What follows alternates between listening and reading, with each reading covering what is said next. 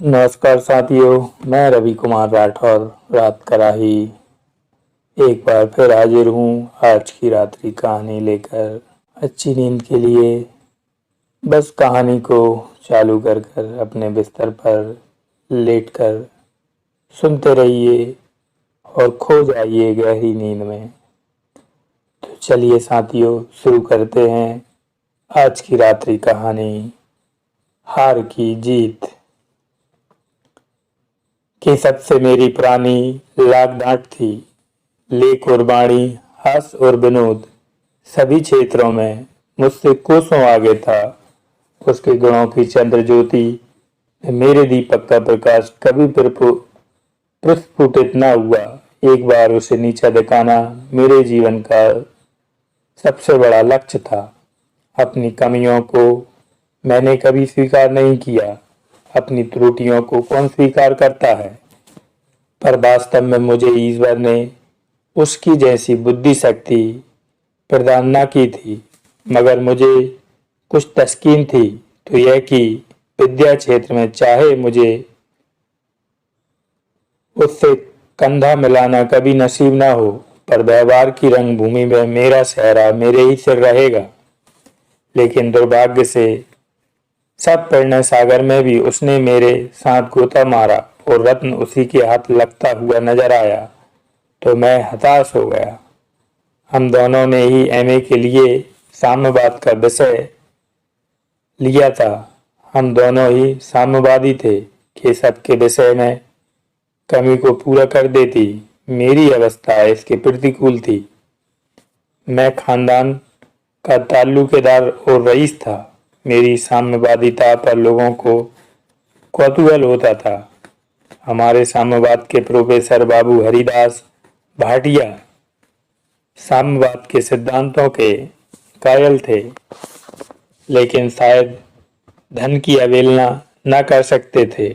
अपनी बेटी लज्जावती के लिए उन्होंने उसाग्र बुद्धि केशव को नहीं, मुझे पसंद किया। एक दिन संध्या समय मेरे कमरे में आए और चिंतित भाव से बोले, सदाचरण, मैं महीनों से एक बड़ी चिंता में पड़ा हुआ हूँ। मुझे आशा है कि तुम उसका निवारण कर सकते हो। मेरे कोई पुत्र नहीं है। मैंने तुम्हें और केशव दोनों को ही पुत्र तुल्य समझा है। यद्यपि केशव तुमसे चतुर है, पर मुझे विश्वास है कि विस्तृत संसार में तुम्हें जो सफलता मिलेगी वह उसे नहीं मिल सकती। मैंने तुम्ही को अपनी लज्जा के लिए भरा है। क्या मैं आशा करूं कि मेरा मनोरथ पूरा होगा? मैं स्वतंत्र था। मेरे माता पिता मुझे लड़कपन में ही छोड़कर स्वर्ग चले गए थे। मेरे कुटुंबियों में अब ऐसा कोई न था जिसकी अनुमति लेने की मुझे जरूरत होती। लज्जावती जैसी सुशील, सुंदर, सुशिक्षित स्त्री को पाकर कौन पुरुष होगा जो अपने भाग्य को न सराहता? मैं फूला न समाया। लज्जा एक कुसुमती वाटिका थी जहाँ गुलाब की मनोहर सुगंधी थी और हरियाली की मनोरम शीतलता, समीर की शुभ्र तरंगें थीं और पक्षियों का मधुर संगीत। वह स्वयं सामवाद पर मोहित थी। स्त्रियों के प्रतिनिधित्व और ऐसे ही अन्य विषयों पर उसने मुझसे कितनी ही बार बातें की थी, लेकिन प्रोफेसर भाटिया की तरह केवल सिद्धांतों की भक्त न थी, उसको व्यवहार में भी लाना चाहती थी। उसने चतुर केशव को अपना स्नेह पात्र बनाया था। तथापि मैं जानता था कि प्रोफेसर भाटिया के आदेश को वह कभी न टाल सकती। यद्यपि उसकी इच्छा के विरुद्ध मैं उसे अपनी प्रणयिनी बनाने के लिए तैयार न था। इस विषय में मैं स्वेच्छा के सिद्धांतों का कायल था, इसलिए मैं केशव की विरक्ति और क्षोभ से आशातीत आनंद न उठा सकता। हम दोनों ही दुखी थे और मुझे पहली बार केशव से सहानुभूति हुई। मैं लज्जावती से केवल इतना पूछना चाहता था कि उसने मुझे क्यों नजरों से गिरा दिया, पर उसके सामने ऐसे नाजुक प्रश्नों को छेड़ते हुए मुझे संकोच होता था। और स्वाभाविक था, क्योंकि रमणी अपने अंतःकरण के रहस्यों को नहीं खोल सकती, लेकिन शायद लज्जावती इसी परिस्थिति को मेरे सामने प्रकट करना अपना कर्तव्य समझ रही थी। वह इसका अवसर ढूंढ रही थी। संयोग से उसे शीघ्र ही अवसर मिल गया। संध्या का समय था। केशव राजपूत हॉस्टल में साम्यवाद पर एक व्याख्यान देने गया हुआ था। प्रोफेसर भाटिया उस जलसे के प्रधान थे। लज्जा बंगले में अकेली बैठी हुई थी। मैं अपने अशांत हृदय के भाव छिपाए हुए शौक और नैराश की दाह से जलता हुआ उसके समीप आकर बैठ गया। लज्जा ने मेरी ओर एक उड़ती हुई निगाह डाली और सदैव आपसे बोली, कुछ चिंतित जान पड़ते हो? मैंने कृत्रिम उदासीनता से कहा, तुम्हारी बला से। लज्जा केशव का व्याख्यान सुनने नहीं गए। मेरी आंखों से ज्वाला सी निकलने लगी। जब्त करके बोला, आज सिर में दर्द हो रहा था। यह कहते कहते अनायासी मेरे नेत्रों से आंसू की कई बूंदें टपक पड़ी। मैं अपने शौक को प्रदर्शित करके उसका करुणा पात्र बनना नहीं चाहता था। मेरे विचार में रोना स्त्रियों के ही स्वभाव अनुकूल था। मैं उस पर क्रोध प्रकट करना चाहता था और निकल पड़े आंसू। मन के भाव इच्छा के अधीन नहीं होते। मुझे रोते देखकर लज्जा की आंखों से भी आंसू गिरने लगे। मैं कौना बैर नहीं रखता, मलिन हृदय नहीं हूं, लेकिन न मालूम क्यों लज्जा के रोने पर मुझे इस समय एक आनंद का अनुभव हुआ। उस शौक अवस्था में भी मैं उस पर व्यंग करने से बाज ना रह सका और बोला, लज्जा, मैं तो अपने भाग को रोता हूँ। शायद तुम्हारे अन्याय की दुहाई दे रहा हूँ, लेकिन तुम्हारे आंसू क्यों? लज्जा ने मेरी ओर तिरस्कार भाव से देखा और बोली, अरे आंसुओं का रहस्य तुम ना समझोगे, क्योंकि तुमने कभी समझने की चेष्टा नहीं की। तुम मुझे कटु वचन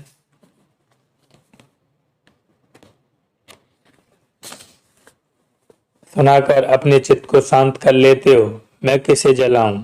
तुम्हें क्या मालूम है कि मैंने कितना आगा पीछा सोचकर, हृदय को कितना दबाकर, कितनी रातें करवटें बदलकर और कितने आंसू बहाकर यह निश्चय किया है। तुम्हारी कुल प्रतिष्ठा, तुम्हारी रियासत एक दीवार की भांति मेरे रास्ते में खड़ी है।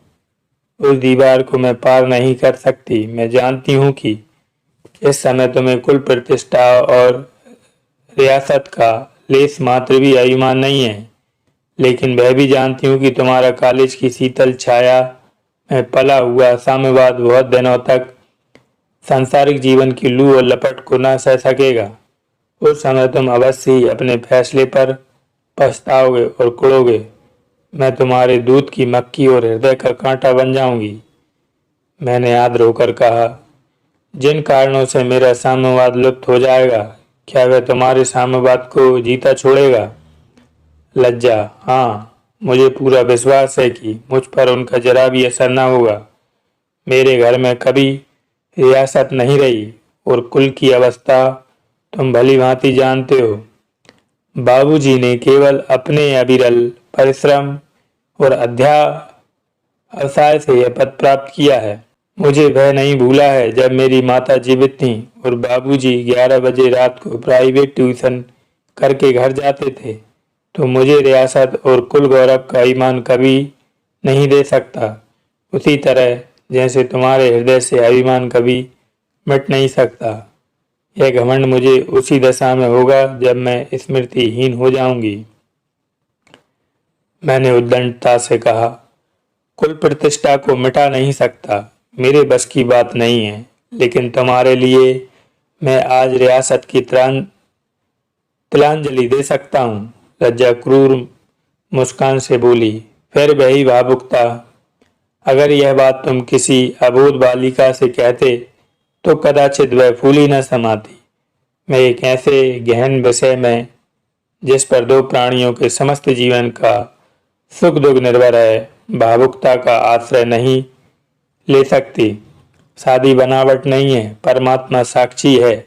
मैं बेबस हूँ। मुझे अभी तक स्वयं मालूम नहीं है कि मेरी डोंगी किधर जाएगी, लेकिन मैं तुम्हारे जीवन की कंटक में नहीं बन सकती। मैं यहाँ से चला तो इतना निराश ना था जितना संचित।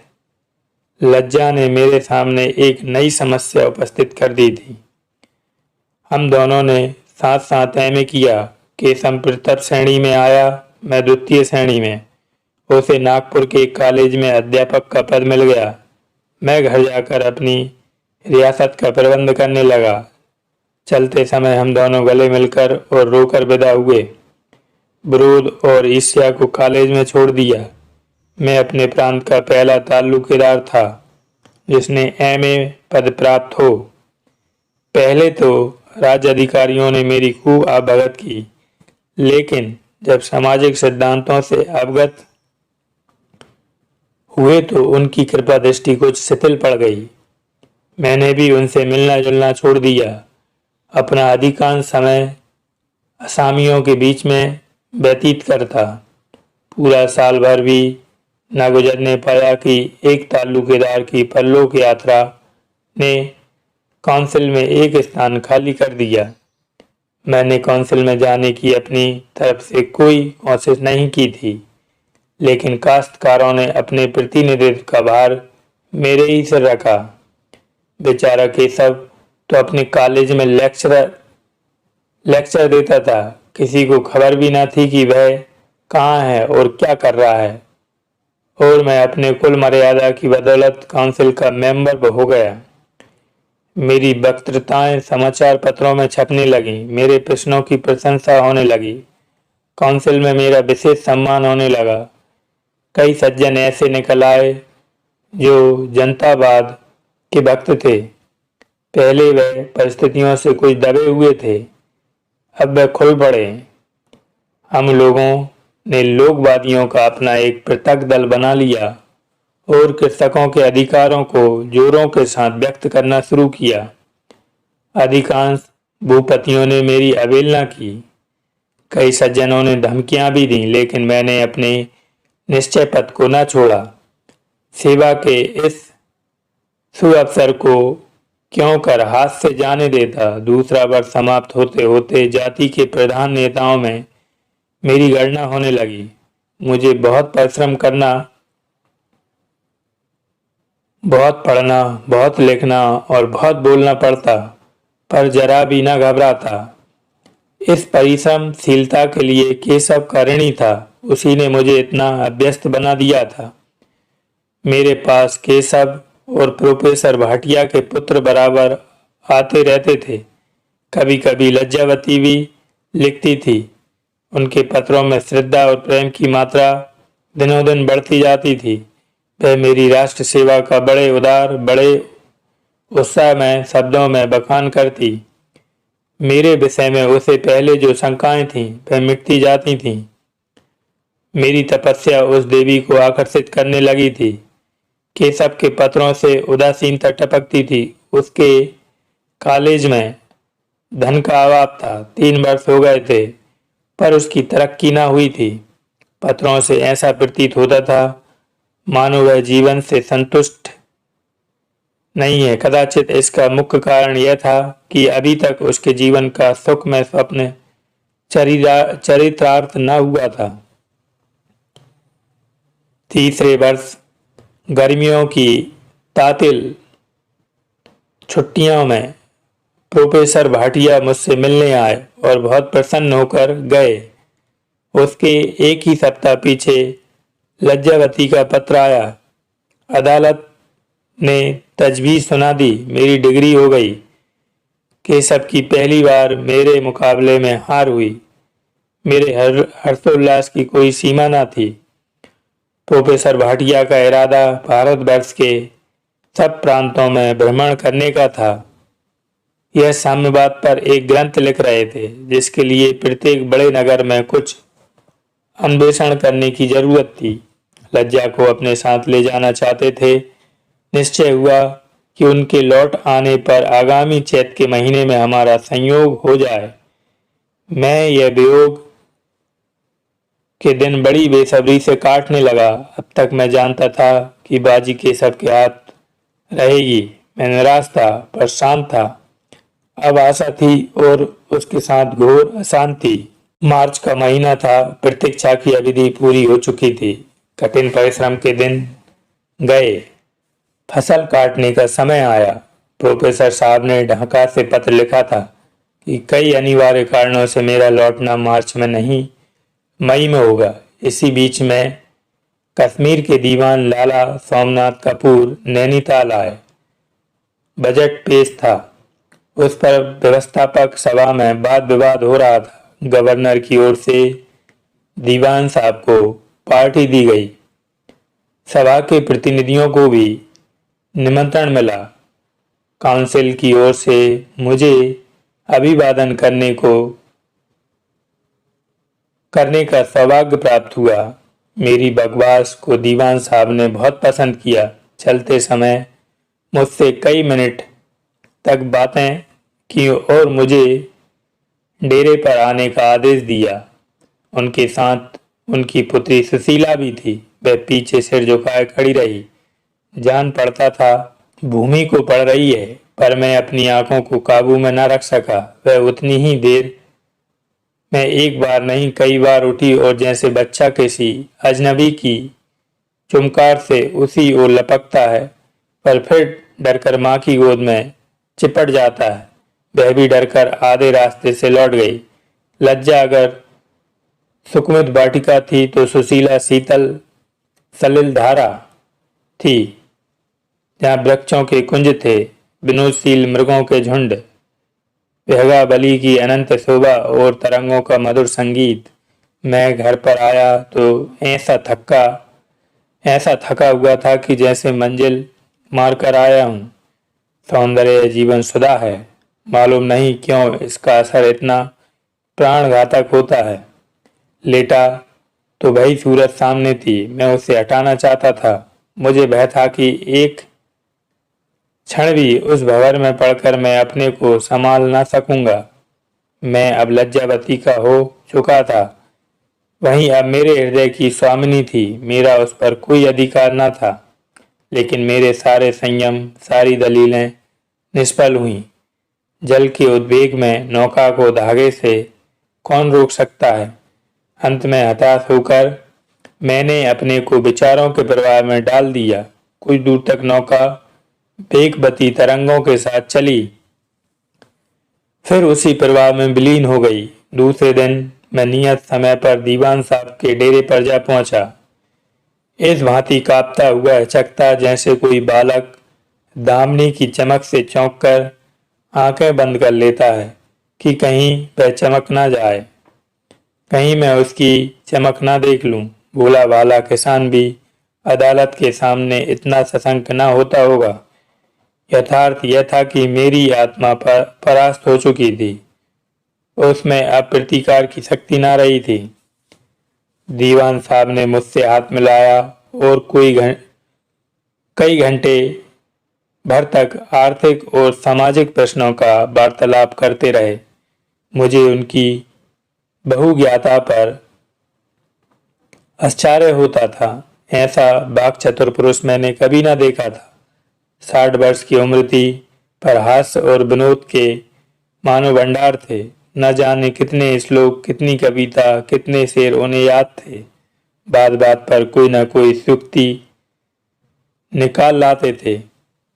खेद है कि उस प्रकृति के लोग अब गायब होते जा रहे हैं। वह शिक्षा प्रणाली न जाने कैसी थी जो ऐसे ऐसे रत्न उत्पन्न करती थी। अब तो सजीवता कहीं दिखाई नहीं देती। प्रत्येक प्राणी चिंता की मूर्ति है। उसके होंठों पर कभी हंसी आती ही नहीं। खैर, दीवान साहब ने पहले चाय मंगवाई, फिर फल और मेवे मंगवाए। मैं रह रहकर इधर उधर उत्सुक नेत्रों से देखता था। मेरे कान उसके स्वर में रसपान करने के लिए मुंह खोले हुए थे। आंखें द्वार की ओर लगी हुई थीं। भय भी था और लगाव भी, झिझक भी थी और खिंचाव भी। बच्चा झूले से डरता है, परंतु उस पर बैठना भी चाहता है। लेकिन रात के 9 बज गए। मेरे लौटने का समय आ गया। मन में लज्जित हो रहा था कि दीवान साहब दिल में क्या कह रहे होंगे। सोचते होंगे इसे कोई काम नहीं दें, जाता क्यों नहीं। बैठे बैठे 2-2.5 घंटे तो हो गए। सारी बातें समाप्त हो गईं। उनके लतीफे भी खत्म हो गए। वह नीरवता उपस्थित हो गई जो कहती है कि अब चलिए, फिर मुलाकात होगी। यार जिंदा व सोबत बाकी। मैंने कई बार उठने का इरादा किया, लेकिन इंतजार में आशिक की जान भी नहीं निकलती। मौत को भी इंतजार का सामना करना पड़ता है। यहाँ तक कि 9:30 बज गए और अब मुझे विदा होने के सिवा कोई मार्ग ना रहा। जैसे दिल बैठ गया। जिसे मैंने भय कहा है वह वास्तव में भय नहीं था, वह उत्सुकता की चरम सीमा थी। यहाँ से चला तो ऐसा शिथिल और निर्जीव था मानो प्राण निकल गए हों। अपने को धिक्कारने लगा, अपनी क्षुद्रता पर लज्जित हुआ। तुम समझते हो कि हम भी कुछ हैं? यहाँ किसी को तुम्हारे मरने जीने की परवाह नहीं। माना उसके लक्षण कुंवारियों के से हैं। संसार में कुंवारी लड़कियों की कमी नहीं, सौंदर्य भी दुर्लभ वस्तुत नहीं। अगर प्रत्येक रूपवती और कुंवारी युवती को देखकर तुम्हारी वही हालत होती रही तो ईश्वर ही मालिक है। वह भी तो अपने दिल में यही विचार करती होगी। प्रत्येक रूपवान युवक पर उसकी आंखें क्यों उठें? कुलवती स्त्रियों के यह ढंग नहीं होते। पुरुषों के लिए अगर वह रूप तृष्णा निंदाजनक है तो स्त्रियों के लिए भी विनाशकारक है। दैत्य से अदैत्य को भी इतना आघात नहीं पहुंच सकता जितना सौंदर्य को। दूसरे दिन शाम को मैं अपने बरामदे में बैठा पत्र देख रहा था। क्लब आने को भी जी नहीं चाहता था। चित्त कुछ उदास था। सहसा मैंने दीवान साहब को फिटन पर आते देखा। मोटर से उन्हें घृणा थी। वह उसे पैशाचिक उड़न खटोला कहा करते थे। उसके बगल में सुशीला थी। मेरा हृदय धक धक करने लगा। उसकी निगाह मेरी तरफ उठी हो या ना उठी हो, पर मेरी टकटकी उस वक्त तक लगी रही तब तक फिटन अदृश्य न हो गई। तीसरे दिन मैं फिर बरामदे में आ बैठा। आंखें सड़क की ओर लगी हुई थीं। फिटन आई और चली गई। अब यही उसका नित्य प्रीति का नियम हो गया था।